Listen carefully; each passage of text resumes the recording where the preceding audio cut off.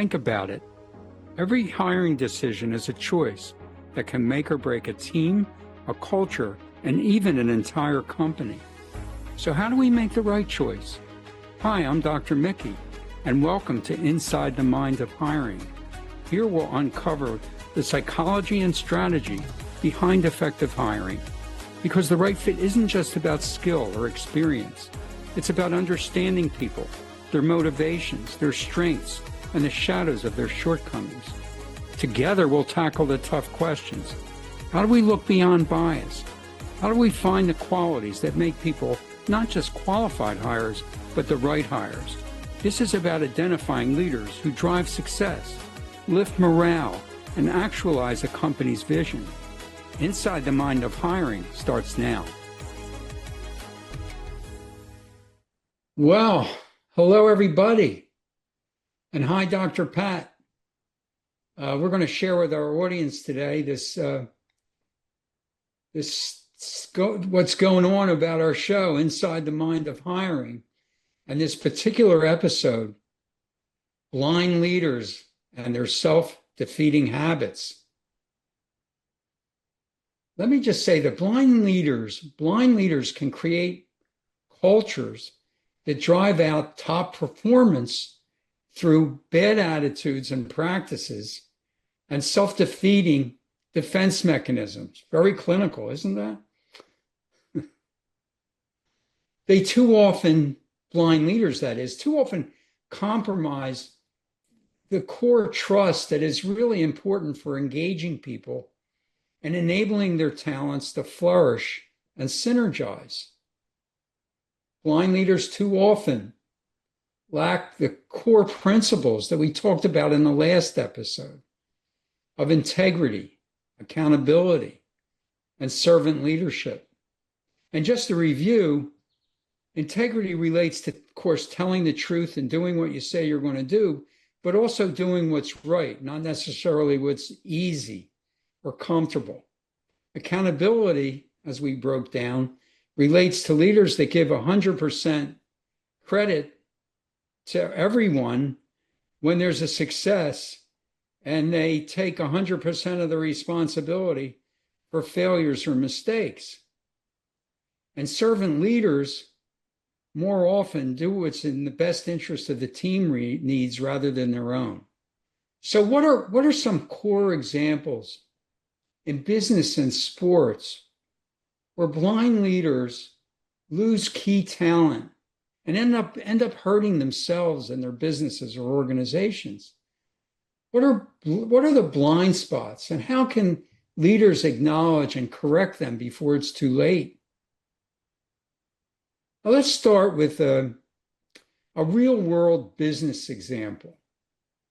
There's a senior executive, and this is like a business school case. Senior executive Sarah lost key talent and stalled innovation, which is important in her organization, because she favored yes people and dismissed contrary views. This is a classic blind spot pattern that can diminish a good leader's impact even when they're commercially successful. So Dr. Pat, tell me about a business case that you're aware of. I know you got a few of those. Yeah, I want to be really clear. There are true blind spots, and there is just stupidity. So I want to be very clear about this, because where I'm sitting right now, I'm looking up the butt of stupidity. Now, you and I did a show last time about the WNBA, and we're going to touch upon it today. But the most stupidest thing now that I've heard as of an hour ago, and it explains a lot about leadership, why at the end of the Aces game the other day were the coaches whispering each other's ear? Justine Passant traded? Are you kidding me? So what are we talking about? Is it really blind leadership? Or is it leadership with an agenda, having you think, Dr. Mickey, they're blind? Certainly in the cases of business I've worked with, especially at Belcor, and the Bell Mhm. system, where we all thought it was blind leadership when they decided to downsize people until they changed the rules and started to target people just a little bit before the pension, but kind of up there in years, that good luck trying to Oh, find a new job, oh people. goodness, so So we're like, kind. oh, they didn't know. Oh, blind? Stupid. Hear no evil, see no evil, see no evil, but you are evil. Right. How do we pay all these people all that money? Oh, you want here? Let me get you going on Did something you too. hear? You mentioned the trade, Oh, and that hello. was that women's basketball, women Yeah, professional yeah, basketball. yeah, yeah. Well, the Boston Celtics just traded Jaylen Brown to Philadelphia. Unbelievable trade. Rock on. Well, I don't know. He got two first round draft picks and a later round draft pick, and Well, but here's the he got a thing. key player that's very old. But Well, are you saying a very old player, or like what are you saying? well, Okay, well, because an old but but talented player, an old but talented, Paul which sometimes Paul could be the George. key to leadership. You see, all of this chit chat about older players that I'm watching on content creators. I wish they would keep to this story and not just throw in a couple of things about people's age, because fine wine is aged, right? Of You wait course, for the right. right? But what is happening with leadership across the board, whether we're talking about sports or we're talking about business? You and I touched upon this not too long ago. And here, Dr. Mickey, is where we got to talk about blind leadership. I think they're not blind. I think they're scared. I think forget sports. Let's forget about the Right. WNBA for 5 seconds.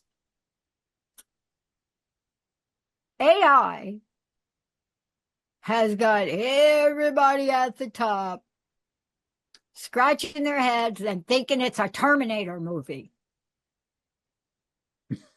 With Schwarzenegger saying, I'll be back. I'll be back. Guess what? You're not going to be back because you're already behind the 8 ball. You're making silly decisions, which I can't call blind. You're replacing checkers at stores without figuring out that the customers just ain't ready for all that self-check craziness that doesn't discount your products the way it should. Right. Oh, okay. Because you're not taking cashier time. That's interesting. Well, but so Dr. Mickey, here's a question. Is it blind or is Or it, is it stupid? and I got to throw in a third one Well, because you know something, Pat. To me, ignorance is excusable. Ignorance can be excusable. Yeah. Ignorance. Okay. Ignorance is when you just don't know, Right. right? You know what I'm saying? As a matter of fact, ignorance has got me into college because I Right. just didn't know. If I'd have known what the academic system was to apply for a doctorate degree, oh, I don't know. I think I would have stayed on Capitol Hill in Seattle on my Harley Davidson. Right. But what have you seen? Do you actually see leadership that has these nighttime sleep blinders on? Or are we seeing something else? Because there's other things that could be going on, right? What do you see? Well, I can give you I can give you another I can give you a sports example. Um, I don't know if you remember or heard of Donnie Nelson, who was the talented general manager of the Dallas Mavericks. Um, he was credited for acquiring uh, Dirk Nowitzki, who is no slouch, perennial all-star. And he was also credited for acquiring Luka Doncic, who's no slouch either. Um, but he was forced out, or he decided to resign amid a front office power struggle that involved an analytics person that was reportedly acting as like a shadow GM and gaining influence with ownership over personnel decisions. So this frustrated Nelson. Normally it would frustrate anybody. And because he wasn't able to control anymore, control the basketball operations and the related personnel decisions that he had before. So he was frustrated and left, either voluntary or involuntary, but not because he lacked talent. It was because of a leadership blind spot around how internal friction and competing authority can undermine a highly effective executive. In addition to that, that's a really weird scenario to me, because when I read about that, I just really feel that that's stupid. It's not, it's like, it's stupid that they didn't see that stuff, this analytics person, all of a sudden rises in credibility and competes with a really talented executive who has a track record for making really good decisions. And they let him, well, they forced him out, or he decided to quit and weaken the organization as a result. So in addition to that kind of stupidity or blind spots, whatever you want to call it, there's others too. And, one is failing to recognize key contributions, favoritism. And that was an example of favoritism. It was stupid. Confusing friction. When somebody causes a little friction, it doesn't mean that they're incompetent. It just means that a little friction revolves around them. And it could be because they're very competent. Squelching or dismissing healthy or important dissent. That's a fact. It's a blind spot, and it can cause people to leave. This is good. Failing to distinguish a person who is difficult to manage from a person that's too difficult to lose. Too difficult to lose. Talk about a blind spot or stupidity, some combination of both there. Well, I thought you might mention two of your favorite people, Dr. Pat. Which Carly ones? Fiorina and Carly Fiorina. Stephen Jobs.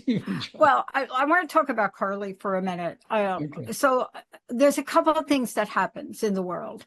And I must say discrimination is no longer silent. And we can talk about that in another show. But I will tell you about Carly Fiorina. I mean, I don't get the whole Hewlett-Packard thing, except it's a family business. She ain't the family. You understand what I'm saying? She's not I the understand what family. you're saying, but It's not the family. It's like my mom said to me once. My mom loved me, my stepmom. But I remember her saying something to me, which I never forgot. She said, I love you as my child. And yet my blood children that I brought into this world have a special memory. And I understood that.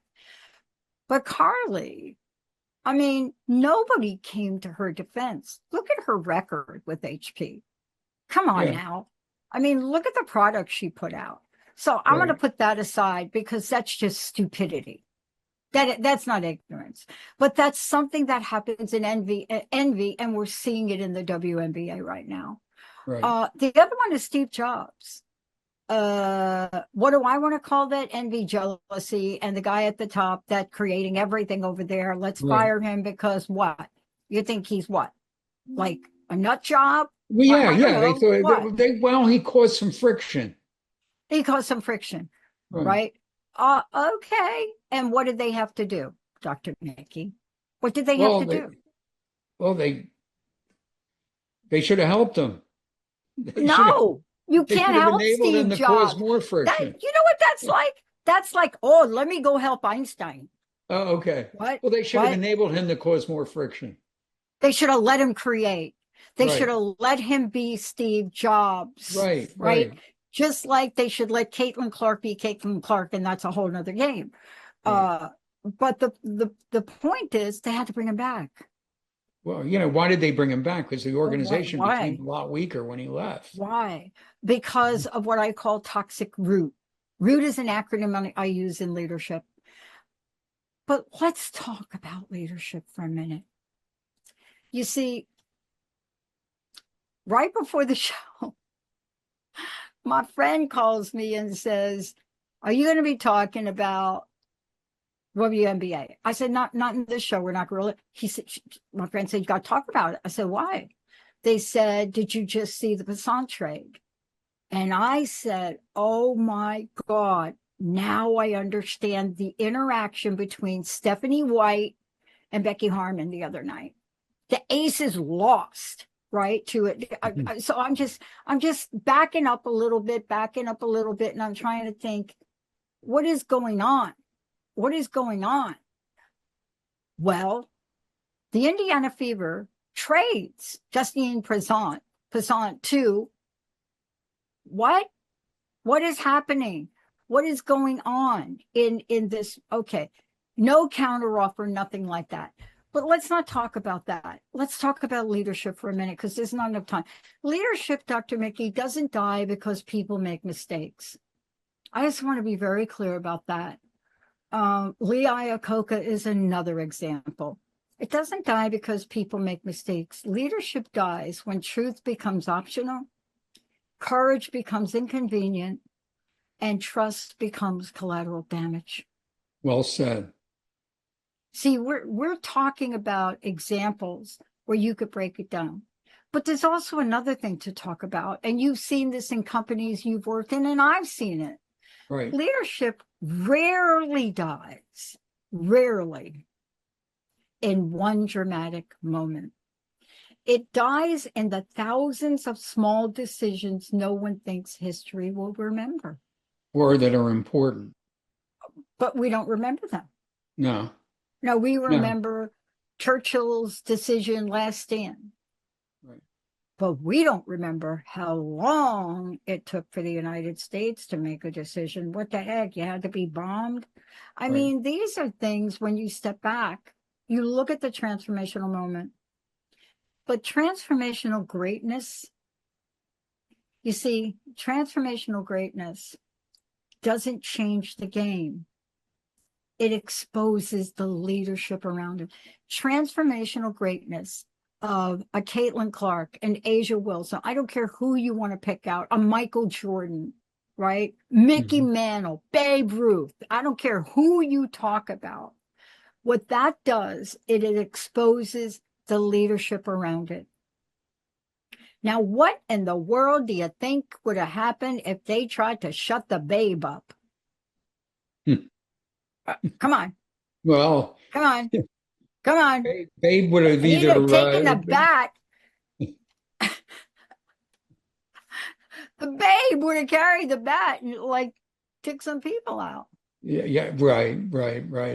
Dr. Well, Mickey, here's something you he deal with. he was, from what I recall or remember about his story, he was pretty outspoken. He was very outspoken. Yeah, You yeah. know, I used to work with the woman, Nancy Brandt, who taught me a lot of things, but she'd say to me, "Girl, you better remember one thing, the squeaky wheel gets the grease." And I'm like, I don't even know what you're saying. But let me ask you this question, because you hire the C-suite people. You hire these Well, people. I identify which ones I would hire. Well, all right. Well, you're influential. Yeah. Okay. Yeah, no, I am an influencer. So let me ask you this question. My thought is the real test of leadership is not how you handle ordinary talent, right? It's what you do when extraordinary greatness disrupts everything. Right, right. That's that is key. It takes a real talented leader to handle real talented people. Extraordinary people. You can't be an ordinary leader and handle extraordinary talent. It's probably not going to work. It's not. You have to be a great leader to handle great talent. There's no question about it. And what you can't do is undermine or diminish them. And this whole thing with the Indiana Fever and Caitlin Clark is a real study in leadership. I mean, we discussed this last week, and there was another occurrence that happened after our last episode that drives me nuts. But first, here's a series of blind spots, and you say a coach's series of decisions can add up and cause real problems if they're not the right decisions. So here's a coach that didn't give Caitlin Clark any props, none, for knocking down a winning shot in the last seconds of a game, nor did the coach give Caitlin Clark's teammate, Sophie Cunningham, any credit for being resourceful and going against a called play and feeding her the ball in that critical moment that she could make that shot. She really didn't do anything very much to protect Clark on the defensive side in a key game, another game, which caused her to foul out with 6 minutes plus left to go and only a 3-point lead. They ended up losing the game and a shot at the Commissioner's Cup. She also this coach hired an assistant coach, a guy. Ooh, it's good that she's not gender biased, but she hired a guy with no basketball experience that probably won't challenge her or doesn't challenge her. And to make it even better, sarcastic, she dismisses fan and media criticism. And there was this incident that happened after our last episode where the coach didn't rush the court and get into the refs' faces when Caitlin Clark was deliberately injured by an opposing player. And they didn't even call a foul. Didn't rush the court and get in the refs' faces. The league later indicated that, or decided that the player who instigated that foul, or that, it really was an assault, be suspended for 1 game. So the coach agrees with that in a news conference, but acknowledged that she didn't even witness the play. So you talk about blind leadership. That's really blind leadership. Oh, wait. I pulled a clip of that. And I want to tell you what you see in the background of that clip. You see one player, I think it's Lexi Hall, jump out of her seat, stand up, and you see the entire coaching squad looking and not moving. Wait a minute now. There's a difference between blindness and pure hate. So here's the thing. Wow. You're saying there's I can't even call it stupidity. You're almost saying there's contempt. This is look, you and I have seen leadership band together to do things that are just not meant for the better good.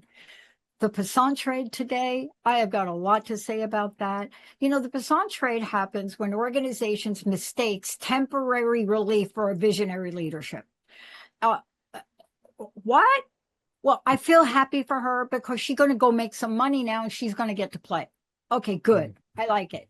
But you don't trade the future because the present is jealous. Did we say that? Right. Yeah. Okay. Bye, Steve Jobs. Did you say jealous? Jealous. No. Jealous. Wow. Right. Right. Okay. Look, you can't tell me that the Passant trade is a basketball decision when the real issue is whether leadership has the courage to lead transformational greatness. This whole thing with this, the most disruptive talent in the game has to leave because he cannot manage envy, resentment, ego, internal politics. Right. That's not a trade because there was no counteroffer to keep her. Yeah. What? Yeah. No. That's it's an institutional confession. Right. And through a toxic culture. You and I can talk about this. You know why? Even though we're not playing basketball, we have seen this over and over and over again. We do see it over and over again. It's incumbent upon leaders, when a talented person leaves and the organization looks and acts weaker, the problem wasn't the person's style or their skill, for crying out loud. It's leadership's inability to manage that style and skill, that talent. If you lose a key player, it is important to take a hard look at yourself, check your defenses at the door, and make a positive change or adjustment, for crying out loud. I don't know Look, what, it seems like people with a lot of money and a lot of track record don't do that kind of stuff. you've got a lot of issues in the WNBA game that are being, smoked out. You have a veneer of racism, if not something bigger. But here's the deal. Caitlin Clark did not create the cracks in women's basketball. She made them impossible to ignore. I guess maybe that's the case. She's such a special talent. And they're treating her like, you know what?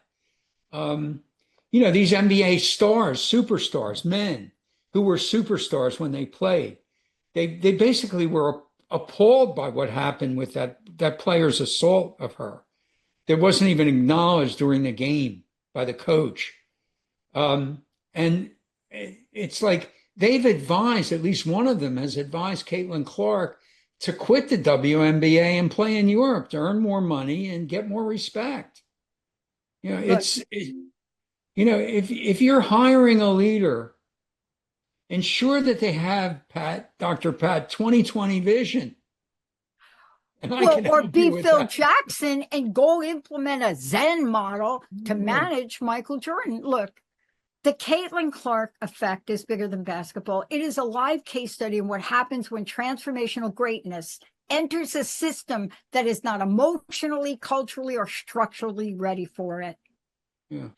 I don't know. I don't know to what degree. I know we have to go, but to what degree is Caitlin Clark standing up for herself in this situation? I don't know. I have no idea. She is. Good. She's standing up for herself because she's true to herself. See, Good. She's not going to ever be me talking like this, but I was never me. It wasn't until later in life. Oh, that you became me or you. Dr. Mickey, I watched atrocities that I go back in my memory bank and say, why did I let that happen? Well, you learn from it, right, Dr. Pat? Caitlin Clark represents a bigger picture.